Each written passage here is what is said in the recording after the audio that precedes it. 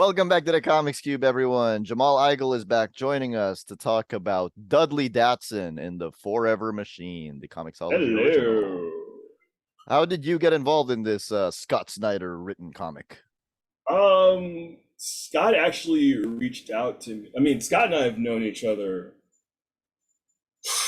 I first met Scott when he just started working on American Vampire over at DC, so like 15 years ago, something like that. And we had, we would see each other at conventions. We'd say hi. We'd run into each other at the old DC offices. We always we stayed friendly. We tried to work together on a couple of things at DC that just never panned out timing wise. And then Scott became Scott Snyder, and and I'm doing my thing, and Scott just kind of out of the blue calls me, and he's got this idea, that he's got this thing that he's putting together with Comixology. Now, keep in mind, I did not know how many books Scott was planning on doing. I knew about, we had talked about We Have Demons, and we had talked about Night of the Ghoul, and I think those were the only two ones that he kind of was like mentioning. And then he was talking about the book that he's doing with Hayden,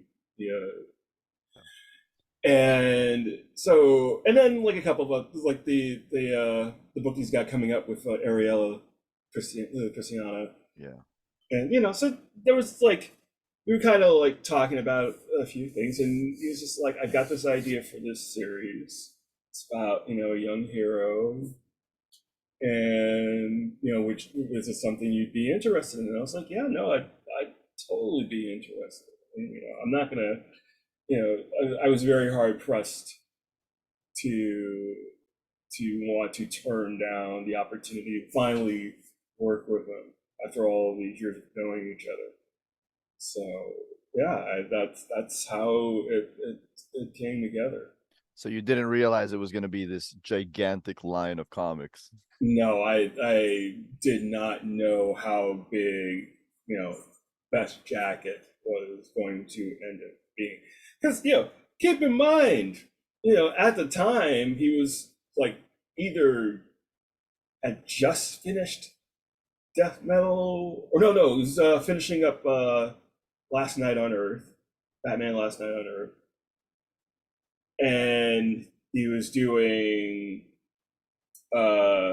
Undiscovered Country over at Image with Charlie, and had a bunch, putting together, We Have Demons with Greg, and doing all this stuff, and then all of his like TV stuff. So I knew how busy he was generally, but he just, I don't know, honestly, like I know how he does it. He staggers everything work wise, so he's able to do everything, but I don't know how. Like I look at my schedule and it's insane. I can't even imagine. And then he's got kids and a family, and all this stuff, and Things fans never commitments. think about, by the way. Yeah, and convention commitments, and all this stuff. So he's a machine. He really is. How many But times in the history of comics has one writer launched like a whole line where only he's doing the writing? oh my, Oof. Not A lot. not a lot. I don't think there's anybody who's basically said, I'm going to do 8 books. Yeah, because all even by Alan myself. Moore only did 4. Right. Yeah. And then J. Michael Straczynski was doing Joe's comics for a while. But I think that was what, maybe 2 or 3 books that he was trying to do. Well, what about Stan Lee? Let's not go there. Okay. Well, yeah, that there's an argument to be had with that, but now is neither the time nor the place to have that discussion. So you are working on Dudley Datson and the Forever Machine, Yes, with Scott and Juan Castro and Chris Sotomayor. yes, and Tom Napolitano and yeah, and Will Dennis, who Scott has worked with since the beginning of his career at DC, is editing the book, and we've got a terrific kid named Tyler Jens, who's the assistant editor, and kind of everybody's go-to right hand, making sure everything is where it needs to be. So yeah, we got a very solid team. I was very lucky that I was able to get my guys in there. You know, For the benefit of anyone who doesn't know what Dudley Datson is about, what would your description, your quick elevator pitch of it would be? the quick elevator pitch is that a teenage genius inherits a watch that allows him to travel through space and time, but he has to protect it from a secret society called the Needle's Eye and their leader, and it's a 5,000-year-old conspiracy. That's insane because you completely skipped over his whole magic clothing thing. Oh, well, that's That's the first issue. The duds, yeah. There's a well, again, it's kind of hard to elevator pitch it because there's so much happening. It involves the great inventors in history, and then Dudley is a genius who invents clothes that can mimic any other clothing and turn him invisible. So, and this is something he invented. This isn't something and this is even before he gets the watch. Yep. So, also animals. And then, of course, and then there's Daedalus. Daedalus, his Daedalus. dog. Yes, Daedalus. Daedalus the corgi. Daedalus the talking corgi. Which when I hear the name, when I first heard the name Dudley Datson, Jamal, I think any old timey comic book fan, there's some certain connotations to that name. Oh yeah. Is that on purpose? Does it to harken back to the original Captain Marvel? Well, no, not really so much Captain Marvel, but it's sort of that idea of alliteration. You got Billy Batts, you got Peter Parker, you got Harry Potter, you got Percy Jackson. Dudley Datson sounds like the name of a YA hero. And it's definitely it's a Dudley. You don't meet a lot of Dudleys anymore, clearly, but we're trying to do our young adult hero. We're trying to create a kid who's smart and funny and not altogether cool or hip, but he's got something. There's a big future ahead of him, and that's the story that we're building. He's not like super nerdy. No, he's not Steve Ditko's Peter Parker. No. He's just nerdy enough.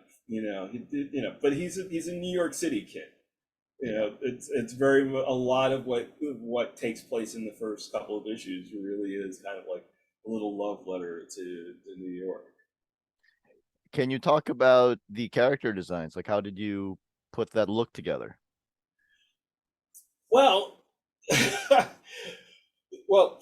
for Dudley himself, I actually ended up kind of looking at my kid Rio, and the kids who go to her school or the school that she was going to, and just seeing how there's this kind of like with you know with the that generation, like the 13, 14, 15 year olds, you know, there's a little retro going on, but a little modern. Hoodies are not uncommon, cargo pants are not uncommon.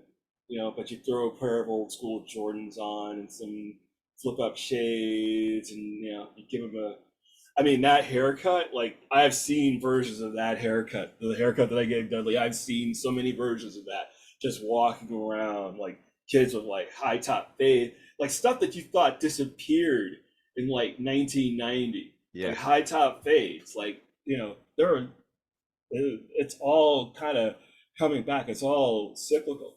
So, it was partially that. It was also partially sort of kind of like, you know, what did I want him to be able to do?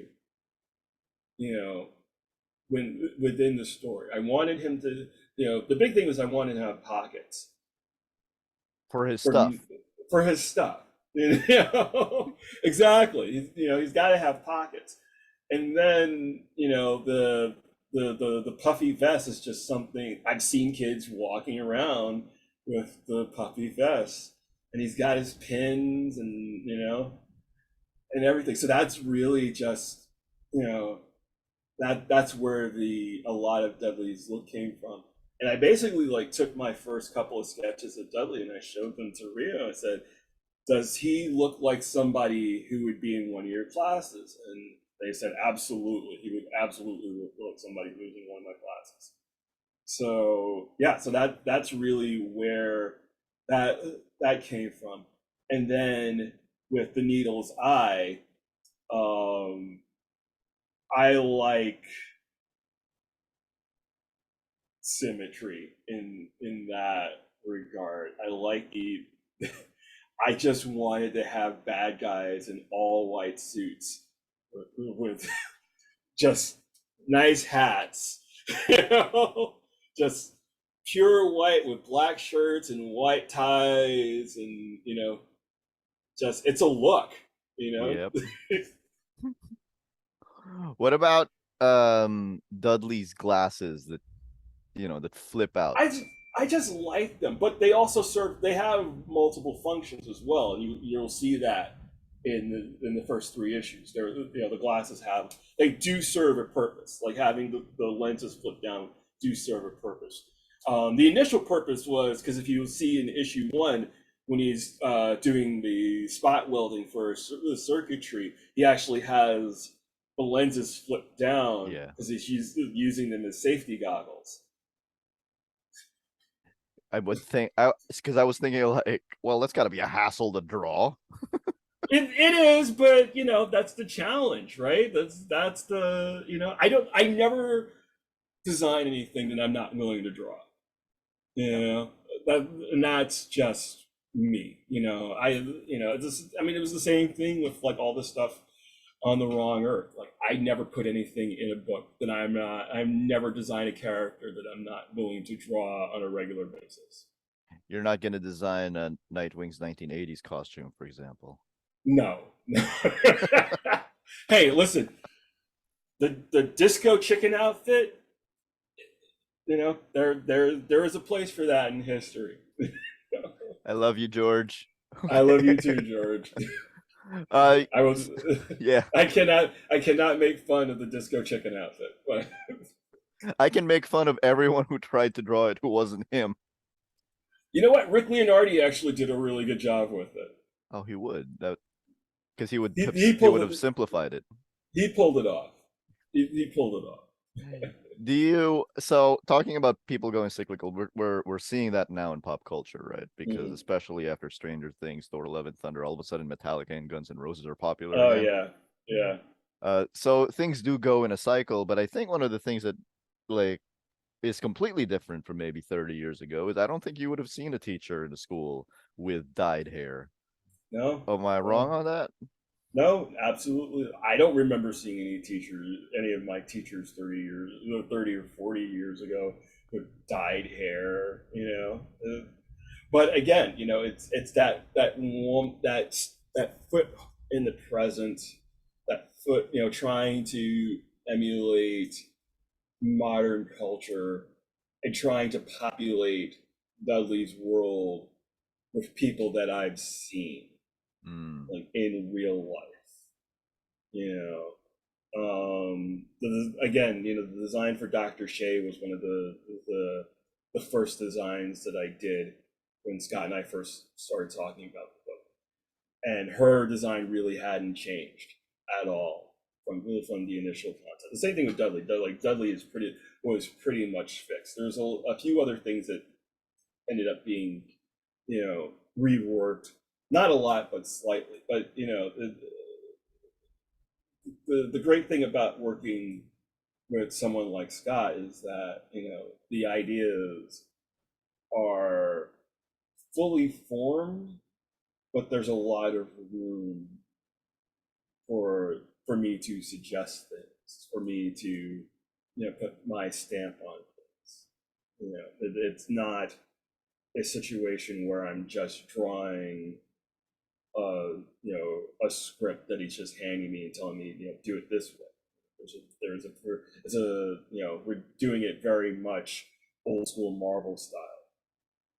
So Oh, so a lot of the storytelling and the design choices are very much mine.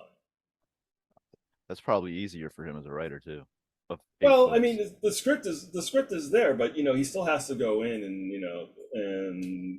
like the what he wants is in the script, but he still has to go in and do the dialogue. And, there are usually like a few revisions before it goes to press anyway. So, Is Dr. Shea going to be a key part of the book? unfortunately, no. Unfortunately, no. I would like for Dr. Shea to somehow come back. I don't know if that's possible, but we'll see. There's a time machine involved. Yeah, we'll see. We'll see. Right now, they're too busy running for their lives.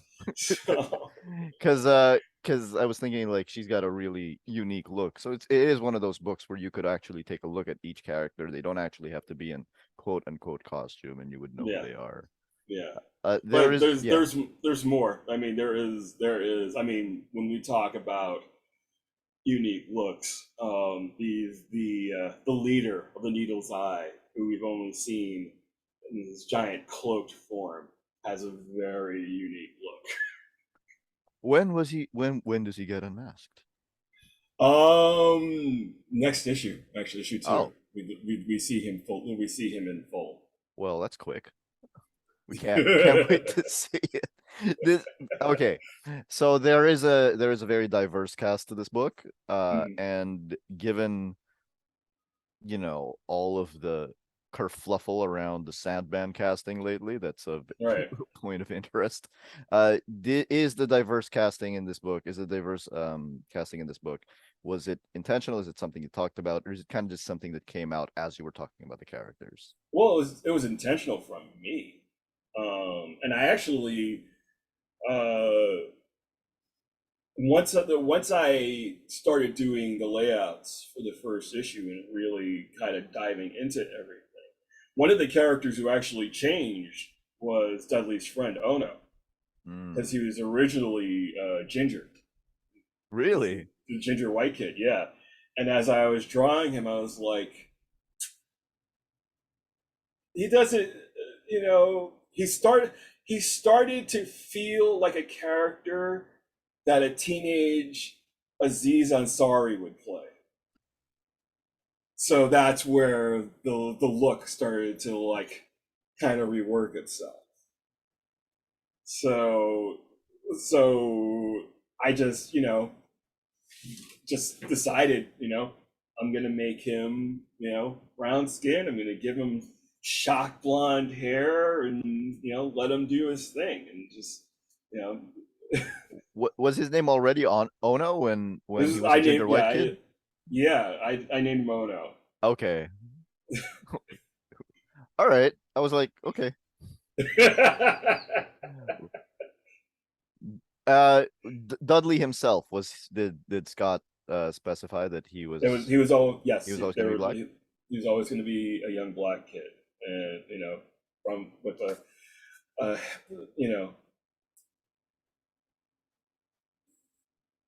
the biggest part of who Dudley is as a character is shaped by his family, shaped specifically by his father, Yeah. who we meet in the first issue, who's a good man, you know, and you know, even Dudley's father is based on someone that I know, a friend of mine, who I've known for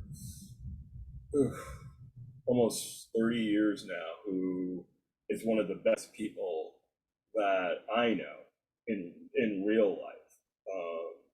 And you know, I couldn't imagine as I was designing these characters, I just saw my friend, my friend Alex, as Dudley's father, you know, and we don't make a big deal necessarily about the fact that Dudley's black, but we don't skate around it Yeah. as well. But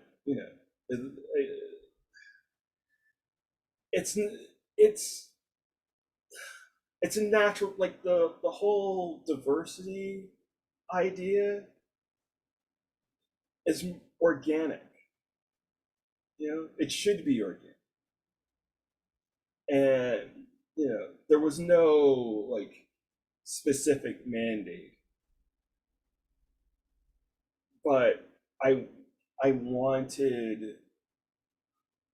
to make sure that I was being true to myself as a creator, Hmm. and bringing my voice to this project. Um, so yeah, I mean, it's conscious and unconscious, and it just worked out that Yeah. way. I mean, we do want to get to the point where we don't necessarily notice it or call it out, right? Exactly, exactly. But it's kind of it can be difficult, I guess. Um, especially for me, who has a connection to a lot of projects featuring characters of color. Um, and I think there would be a few people who would probably say, "Oh yeah, naturally he's going to do another black, comic book character." But that wasn't. It was the intention, but it wasn't the intention at the same time. Dudley is just Dudley. Yeah. He is who he is. That's really where it all comes down to. I get it. I mean, I was as a Filipino, Mhm. there's not a lot of representation out there. Right. So, but then when Wave showed up in Marvel, I was like, put Wave in everything. I want her as an Avenger, as an X-Men. Well, yeah. I mean, it's if we want to have that we could have that discussion actually. I think it's especially lately, because there has been such an emphasis, from Marvel Studios in particular, to branch out and have more diversity and have more characters of different ethnicities. And there was a guy that I'm friends with online when Moon Knight was I know debuting. this Like, guy. I'm friends with him too. yeah, so you Yeah. know what I'm talking about, Danny. Yeah.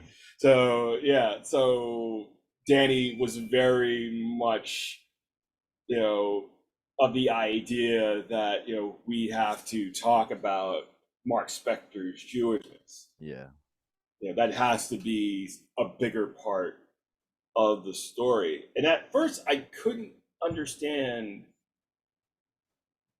I guess why he was so adamant about it. But then I had to take a step back and remember that, in spite of how crappy a lot of times, black representation can be in media, and has been since, the 1960s, like the few bright spots that we did get didn't last very long. Um, there's been much more like solid black representation than there has been of ethnically Jewish representation or Filipino representation or Japanese American representation. You people that it's just Even like disabled representation. yeah, even yeah, especially disabled representation. I think that there's a show on Amazon Prime, and it's about three autistic adults. And I started watching it, and I started kind of feel uncomfortable watching it. But then I also realized that this is an important show to be on the air because they were having an honest discussion about what it's like for someone to have that level of autism and giving it that representation.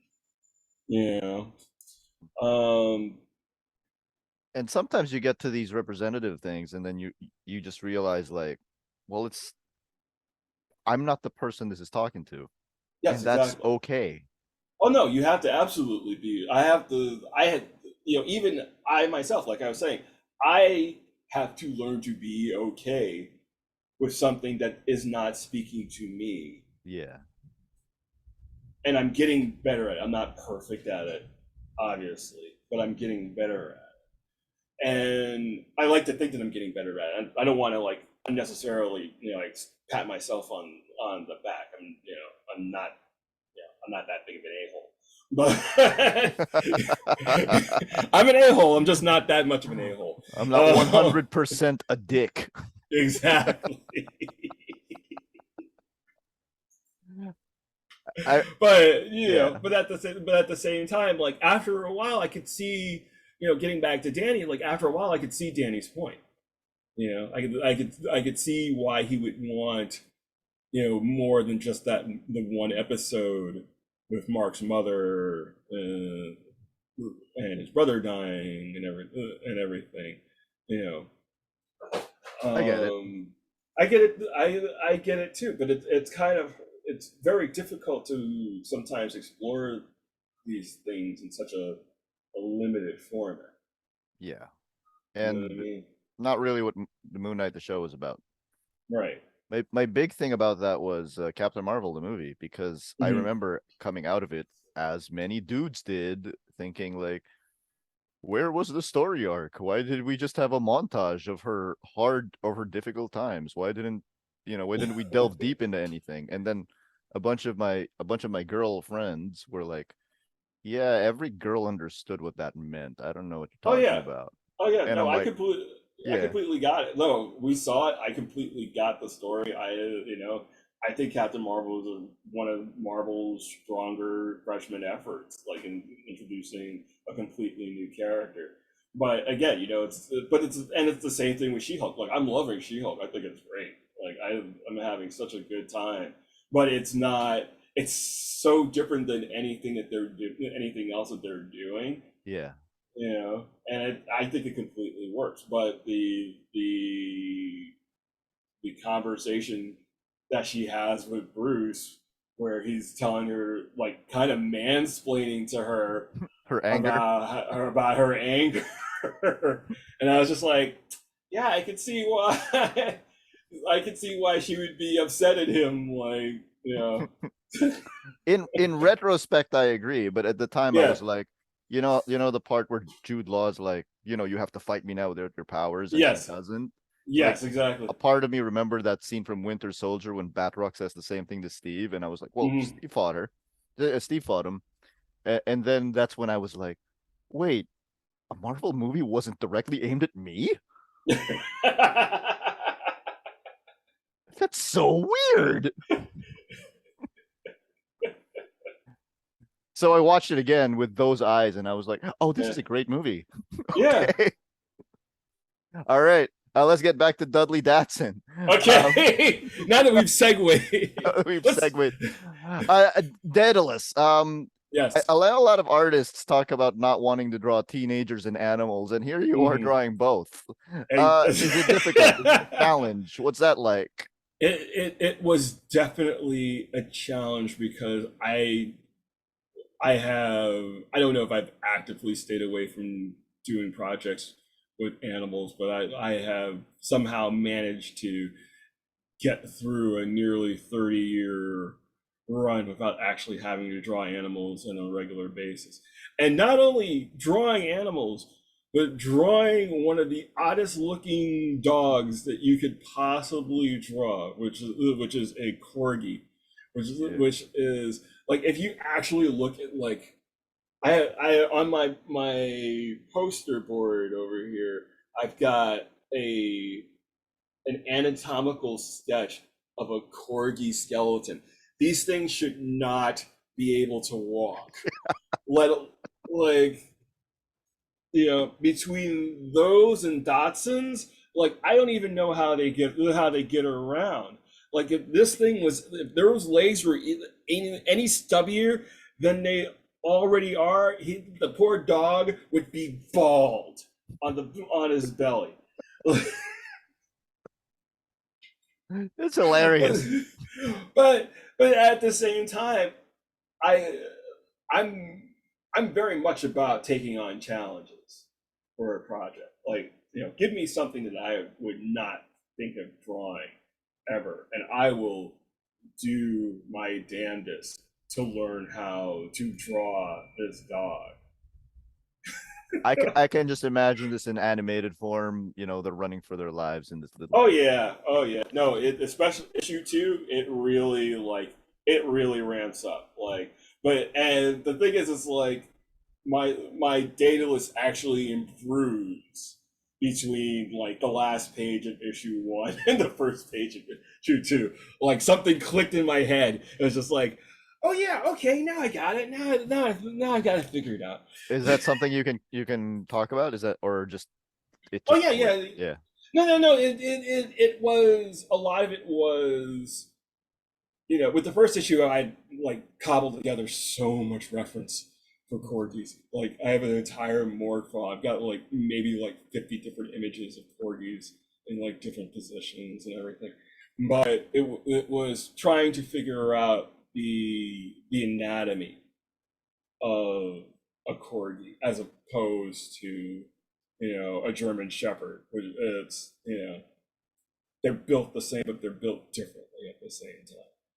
So a lot of it really was just trying to figure that out, and it was just something that like once I figured out how the structure, like the skeleton and the musculature and how that all comes together, that's what really kind of pulled it together for me. Is it easier? Because as an artist, I assume that you spent years perfecting the human form, the human Mhm. anatomy, and now you have like, less than a year to figure out how a corgi works. Is it easier? No, it is not. It is not easier, but it's one of those things where you know I would like to think that by the time I'm done with this first arc, I will have completely embraced drawing dogs. There are many kinds of dogs, Jamal. There are many kinds of dogs, and they are all different shapes and sizes. But I'm willing to take that on. We were talking earlier off the record about you teaching a principles of cartooning class, and one of Mhm. the things that I noticed about Daedalus is that he has an expressive face. So Yes.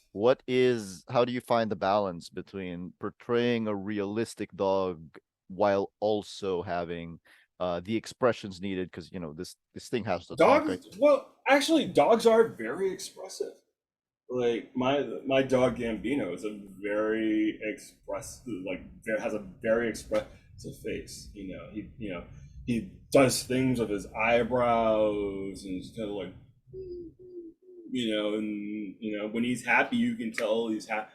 When he's nervous, you can tell he's nervous. He's kind of looking around, and licking his lips, and his tail shaking really quickly.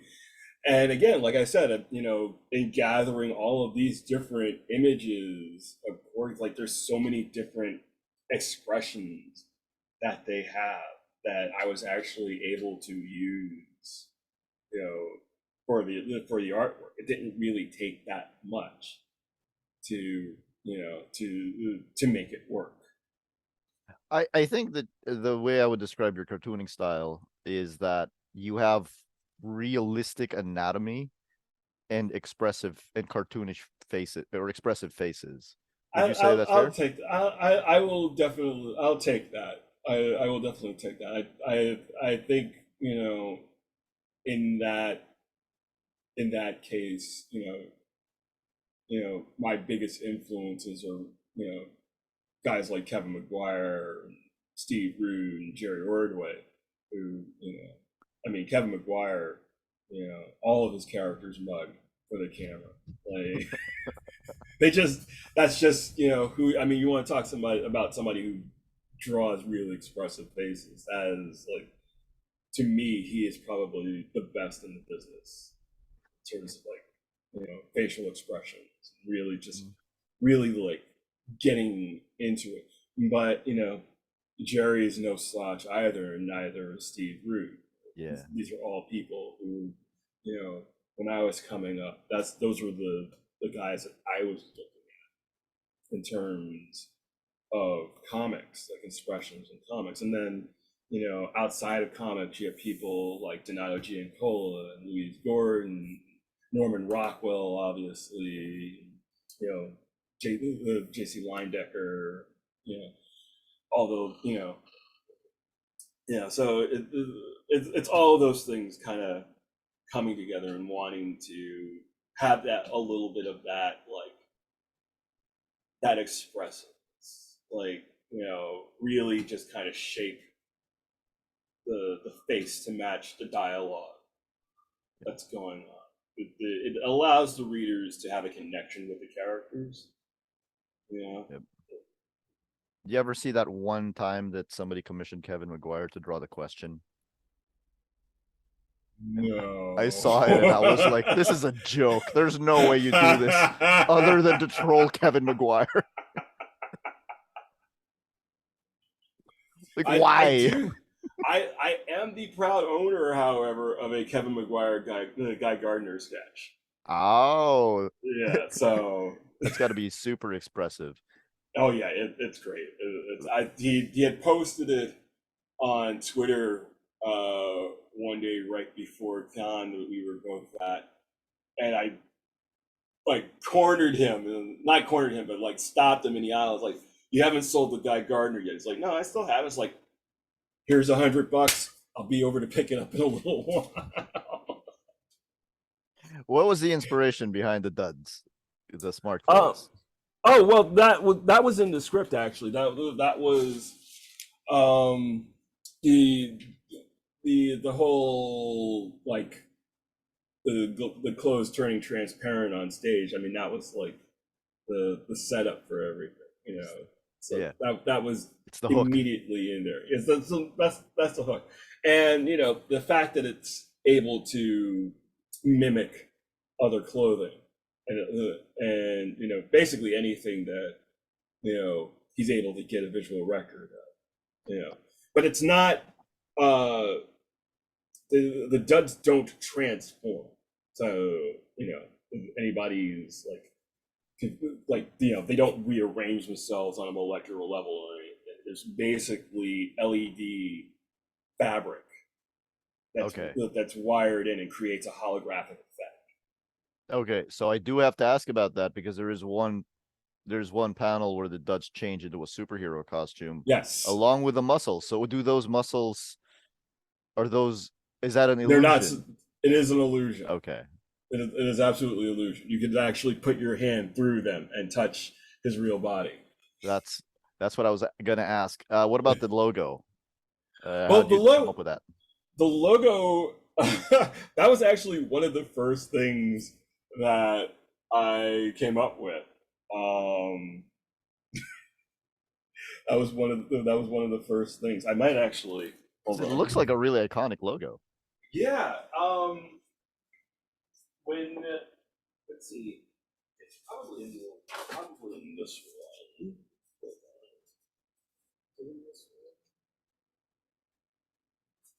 one. Ooh, cool. Let's How see. many of those do you have? I have a few. It's fill. It's fill. They're filling up because I do some of my French class stuff in here, so they're filling up very quickly. Is there anything you don't do? Is there anything that I don't do? I don't know actually. This okay. So I will show you this. Okay. These were the very first sketches that I did while talking to Scott on the phone about Dudley Datson. Cool. This is the very first sketches that I did. The one on the top And left, preliminary logo designs. yes, and then hold on, I'll show you. So that was where I started. Oh, and then you slowly split them up. Yes, and then this is another batch that I was trying. You start working this stuff out, and I wanted to. The idea was that it could be used for several things. To start getting closer.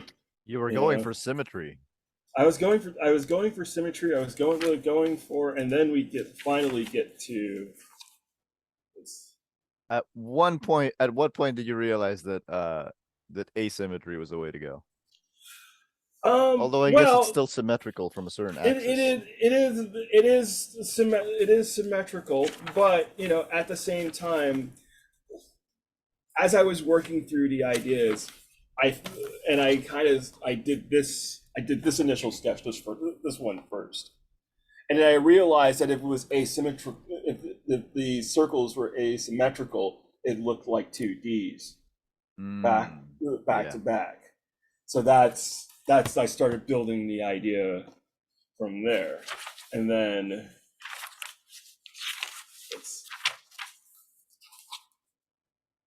nice. That's awesome. So the very first sketches of Dudley. Why did you change the inside of the logo from something with more loops to to more of angular? Well, it's all about iconography, and you don't want to make a logo too complicated, too hard to read, because then people don't understand what you're going for. And the Dudley logo that he has on his sweater, story wise, is it's a it's a C and then a D, which stands for crystalline dynamics. Yeah. But it's also two Ds, which could be for Dudley Datson. It could be a C and an S for the Chemical Society. So it had. I wanted something that would have multiple purposes and could be used in multiple ways story-wise. And then there's more. I mean, there is. I went on a tear. There's going to be a lot. You'll go see a lot more of what is happening in this series as we're going forward. It's kind of hard to talk about it without really spoiling it too much, but we've seen glimpses of where things are going on the first page of issue one. So Absolutely.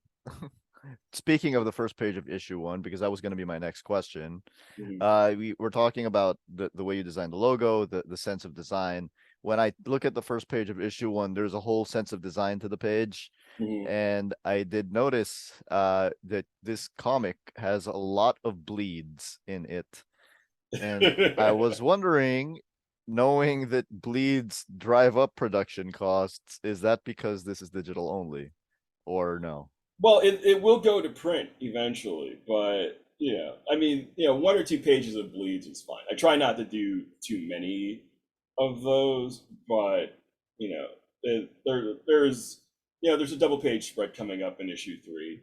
That's the only double page spread. There aren't too many bleeds in the series overall, just because I really try to keep bleeds to important moments. So, is it safe to say, as you mentioned, that we Mm. can look forward to them meeting everyone who's on the first page of issue There's a possibility. There's or at least they are discussed. one? And the places on the second page of issue one. Oh, definitely. How many issues is this going to be? 5 issues, the first cycle. You're going to fit all of this in? Or is that for later?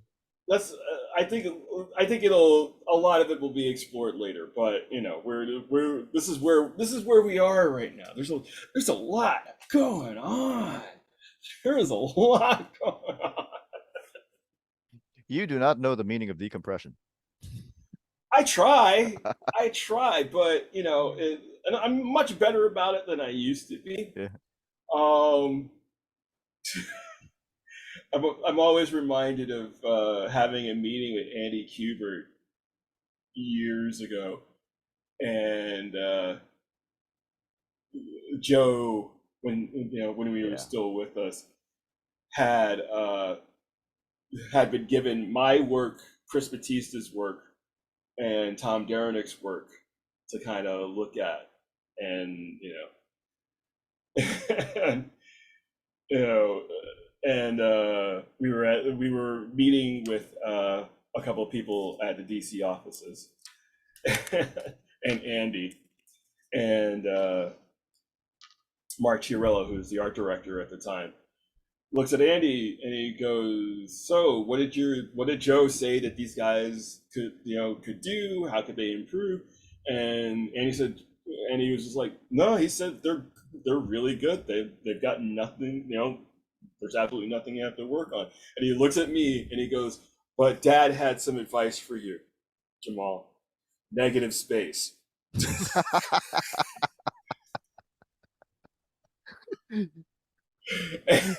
And I do. I try. I really, really try. But part of my I don't know my brain, my artistic OCD is there's got to be stuff going on in the background. There's got to be characters moving around. There's got to be like background elements. So I have to ask, is negative space for artists like how I'm sure it's both, but mhm. how much of that is an artistic choice and how much of that is I got to get to the next page? Oof. With some people, it's definitely an artistic choice. With other people, it's really is like getting it done. And I'm not saying that I've never been in that position. I've certainly been in that position over the years where, you know, you got 3 weeks to do an issue. You got it. Just blow it out. Don't worry about it. Set it up the best way that you can. But when I have the space to do things the way that I want to, I don't like to clutter things, but I like a sense of completeness. Yeah. I like looking at what I believe is, as a reader, I like looking at artists who can give me a fully realized world where it doesn't feel like they're taking a lot of shortcuts. Yeah, I get it. that's just a personal thing with me, and I try to do that, with my audience. I try to give them a fully realized world. I want them to know that I have given these things a lot of If it's any consolation, I have never thought your work has ever looked cluttered. thought. Thank you. Of course, my favorite artist is George Perez, so I don't know Well, yeah, what the bar is. yeah, it's just like when you got compared to, George or Jeff Darrow, or even like Steve Strosky back in the day, or See, Juan Jeff Jose Darrow, I kind of Rip. get because there's a lot of lines going on there. Yeah, but like Juan Jose Rip is also somebody who does a lot, who puts a lot into his pages. So compared to guys like that, like I'm slacking a little bit. Okay, here's my last question. All right. Fill in the blanks. You will love you will want to read Dudley Datson and the Forever Machine if you like the following books or movies or comics. Blank. Ooh, if you okay, you if you are a fan of Percy Jackson, the Percy Jackson series, or if you are a fan of Paper Girls or Starman, you'll definitely get into Dudley Datson. Thank you, Jamal. Thank you, Doy.